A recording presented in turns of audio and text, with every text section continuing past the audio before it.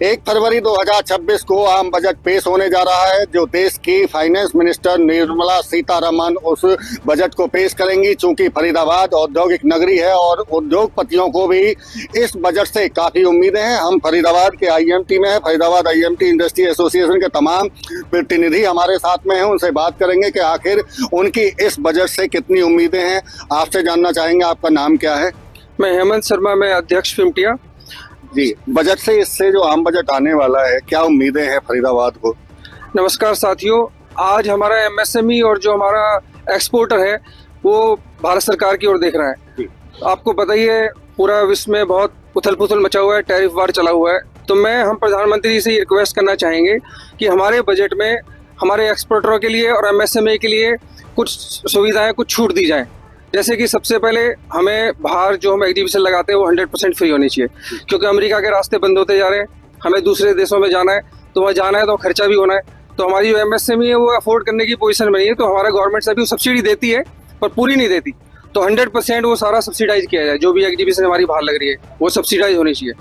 दूसरा, हमारे जो एमएसएमई है यहाँ पे सबसे बड़ा हमारे को चैलेंज आता है, जो हमारे लाइसेंस कोई 3 साल के लिए, कोई 5 साल के लिए। तो मैं हमारी सरकार से ये गुजारिश है कि जो भी हमारे लाइसेंस और एनओसी है वो हमारे कम से कम 10 साल के लिए होने चाहिए, क्योंकि एक बहुत बड़ी हर्डल है एमएसएमई के लिए। एमएसएमई में अपना बिजनेस करें या सरकार के साथ फॉलोअप करके एनओसी वो सारे अपने पेपर दोबारा रिपीट करते रहते हैं, खर्चे होते हैं हमारे। तो सारे लाइसेंस हमारे कम से कम 10 साल के लिए होने चाहिए। उम्मीद जिस तरह से जता रहे हैं, एक तो उम्मीद और दूसरा भरोसा। आपको भरोसा कितना है कि जिस तरह से डिमांड सामने आई, क्योंकि आपका एक लंबा अनुभव है, आप कई बार प्रधान भी रहे, तमाम चीजें सरकारों के सामने पहले भी हम चर्चा करते रहे और आप रखते भी रहे हैं, आपको कितनी उम्मीदें हैं इससे? देखिए कौशिक जी, सबसे पहले तो इस वक्त जो माननीय प्रधानमंत्री जी 2047 का जो सपना लेके चल रहे हैं, उस पे बहुत बड़े लेवल पे काम हो रहा है। आज ही अपने देश में EU, जो यूरोपियन यूनियन के 2 बहुत बड़े अधिकारी हैं, हमें लगता है कि वो थोड़ी देर में वो खुशखबरी आने वाली होगी, आ चुकी होगी, कि 27 कंट्रीज के साथ हमारा फ्री ट्रेड एग्रीमेंट साइन होगा। ऑलरेडी UK के साथ साइन हो चुका और करीब 14 कंट्रीज के साथ पहले से ही कई ऐसे समझौते हो चुके हैं जिन पे हम या तो कंसेशनल रेट साइन कर चुके हैं या फ्री ट्रेड है। इसी कड़ी में जो प्रधानमंत्री जी ने AI के ऊपर एक इंडस्ट्रीज के लिए फ्री ट्रेनिंग के लिए प्रोग्राम चलाया हुआ है, लेकिन फिर भी क्योंकि इंडस्ट्रीज अब जैसे जैसे फ्री ट्रेड एग्रीमेंट है बहुत अच्छा लगता है, कम्पिटिटिव बहुत होना पड़ेगा हमारे को।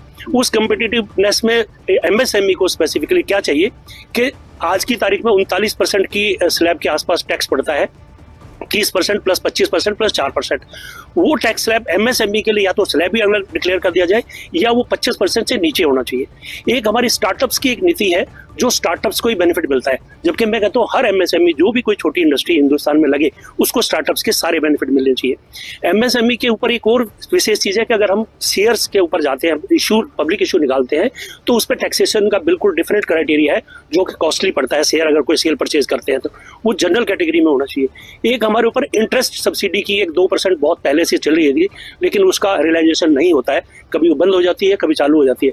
वो स्ट्रिक्टली अप फ्रंट हमारे को सब्सिडी मिलनी चाहिए। एक चीज़ बहुत बड़ी है कि MSME के लिए आज की तारीख में एक स्पेशल फंड बनाया जाए, जिससे कि जो फ्री ट्रेड एग्रीमेंट हो रहे हैं, अगर हमें कम्पिटिटिव होना है तो सबसे पहले इजी फाइनेंस अवेलेबल हो, सस्ते रेट पे होना चाहिए।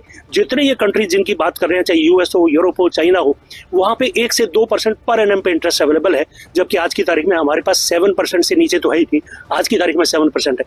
तो ये थोड़े से कुछ ऐसे विशेष प्रावधान है जो कि हमारे को इस बजट में मुझे लगता है देखने को मिलने चाहिए। रियायत की बात हो रही है, लेकिन टैरिफ का जिक्र आजकल हम देख रहे हैं, बार बार आता है टैरिफ का जिक्र। हालांकि भारत सरकार की तरफ से GST स्लैब में भी कम कटौती की गई, राहत देने की कोशिश की गई। क्योंकि अब आम बजट से आम आदमी से लेकर खास आदमी तक सबको उम्मीद रहती है उस बजट से। लगता है आपको कि कुछ ये जो टैरिफ का असर और कम होगा या इसका बिल्कुल भी असर नहीं होगा?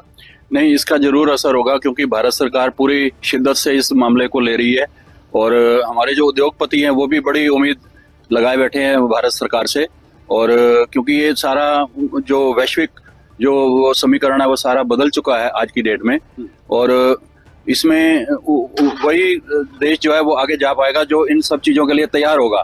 और तैयार तभी होगा जब सरकार उद्योगपतियों के लिए कुछ करेगी या उनकी मदद करेगी और उनको उस स्तर पर लाने की कोशिश करेगी कि वो विश्व में अपने सामान को अच्छे से बेच सकें और अपना जो प्राइसेस है वो भी कम कर सके। तभी वो कम्पिटिटिवनेस होगी और तभी व्यापारी और जो ट्रेडर और जो एक्सपोर्टर है वो अपना काम कर पाएगा सुचारू रूप से। अभी टैरिफ से जुड़ा सवाल एक आपसे भी है, टैरिफ से जुड़ा हुआ सवाल है।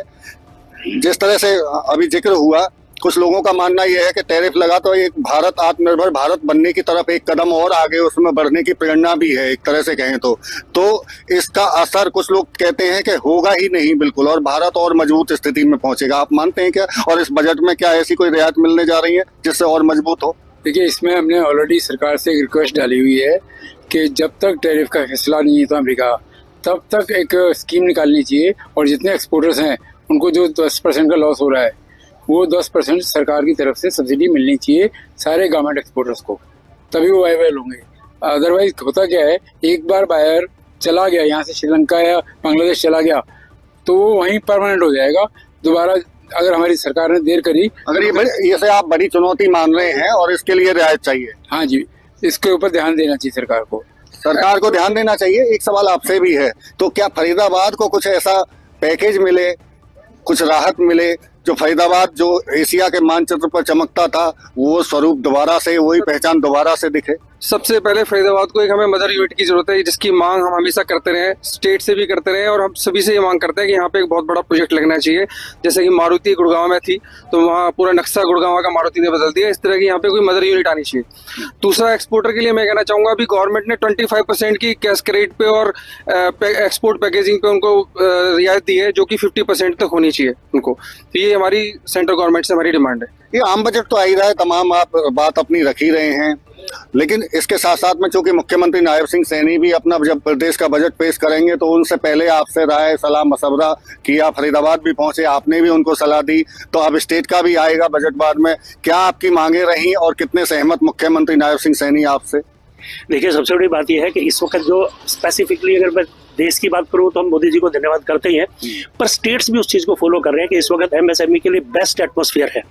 और हरियाणा में पिछले 10 साल से ये एक प्रथा मुख्यमंत्री महोदय ने चलाई हुई है, चाहे पहले खट्टर साहब थे और नायब सिंह सैनी जी उसको फॉलो कर रहे हैं, कि वो पहले सारे जितने भी हमारे घटक हैं, चाहे वो कृषि वाले हों, चाहे वो मेडिकल इंडस्ट्री वाले हों, चाहे वो हमारे इंजीनियरिंग इंडस्ट्री वाले, सारे इंडस्ट्री वालों से वो आके हमसे सलाह लेते हैं।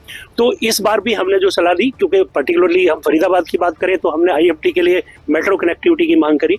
हमने उनसे बात करा कि डीजी सेट सब्सिडी क्योंकि पहले वो घोषणा हुई थी लेकिन वो अभी पूरी तरह क्रियान्वित नहीं हुई है। जमीनें, हालांकि वो 10 IMTs ऑलरेडी हरियाणा में डिक्लेयर हो चुकी है।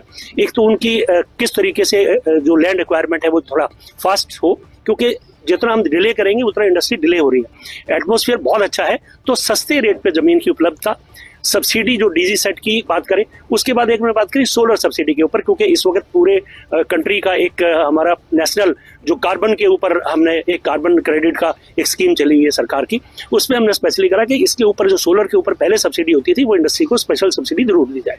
बिल्कुल, ये देखिए आईएमटी इंडस्ट्री एसोसिएशन के तमाम प्रतिनिधि हैं और उद्योगपति हैं यहाँ, जो केंद्र के आम बजट से काफी उम्मीदें उनको हैं। खासतौर से जब टैरिफ का जिक्र किया गया तो तमाम लोगों को इसका सख्ते में भी थे, और लेकिन जैसे जैसे केंद्र सरकार की तरफ से राहत मिली तो अब उम्मीदें उतनी ही उनकी बढ़ भी रही हैं और दिख भी रहा है। और उम्मीद इस तरह की कि आने वाले बजट में काफी राहत उद्योगपतियों को, फरीदाबाद को मिलेगी।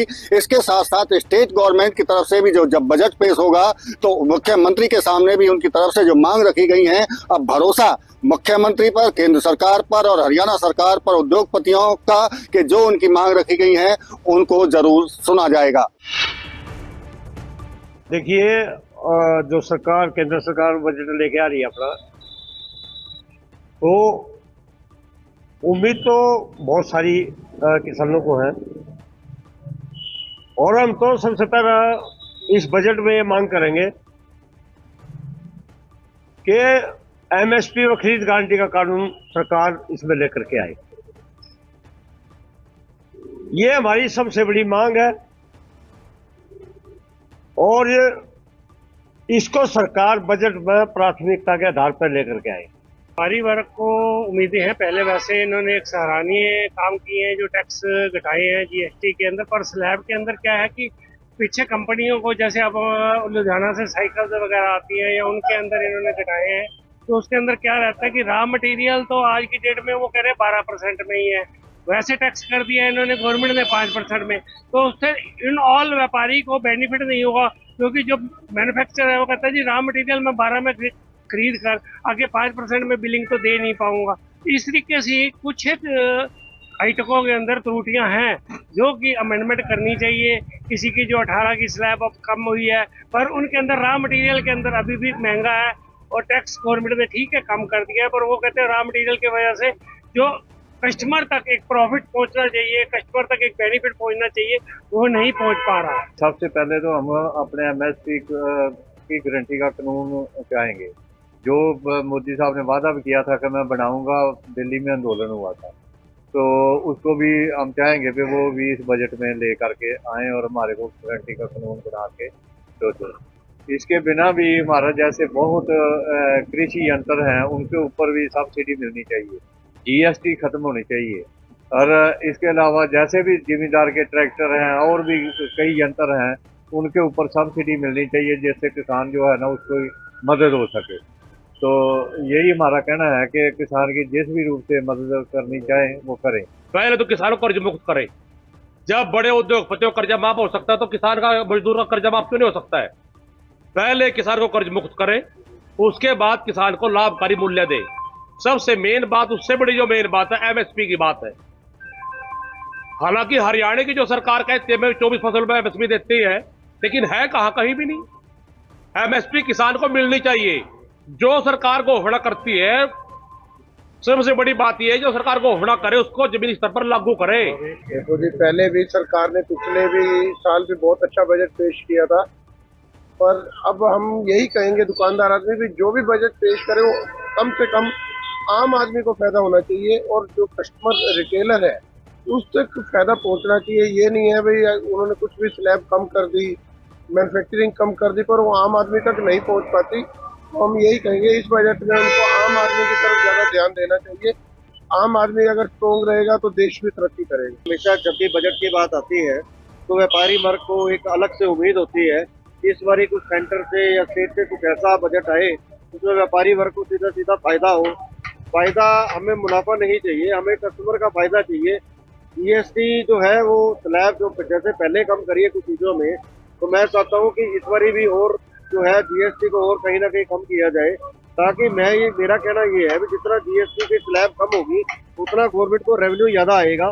कुछ चीज़ें ऐसी हैं जैसे अब हमारा कृषि प्रदेश है अपना भारत, तो मैं समझता हूँ कि इनके जो इक्विपमेंट्स है या खाद है इनके ऊपर जो है जीएसटी को बिल्कुल कम कर देना चाहिए, ताकि हमारा जो देश है वो वैसे ही सोने की चिड़िया की तरह काम करे और आने वाला समय जो है वो हमारे देश का अच्छा रहे। हर बार यही कहा जाता है जब किसानों के अपने आना चाहिए, हम भी चाहते हैं किसानों के अपना, उम्मीद भी करते हैं, उम्मीद पे दुनिया कायम है, परंतु हर बार निराशा हाथ लगती है। सबसे बड़ा हमारा एमएसपी का मुद्दा है, इसके पीछे इतना बड़ा आंदोलन चल रहा है, इतने शहादतें दी हैं, इतने शहीद हुए किसान, उसके बाद भी वहाँ हमारा जीरो है।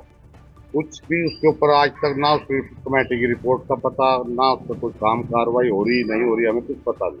बजट में कर्ज मुक्ति का भी है, हमारा एमएसपी गारंटी कानून बनना चाहिए, और अभी ये जो और भी बहुत सी चीज़ें नई पैदा कर रहे हैं, जैसे बिजली एक्ट ले रहे हैं, वो भी किसानों पर कोठार कराना तैयारी है, तो उसे कम से कम स्थिति क्लियर हो जाएगी।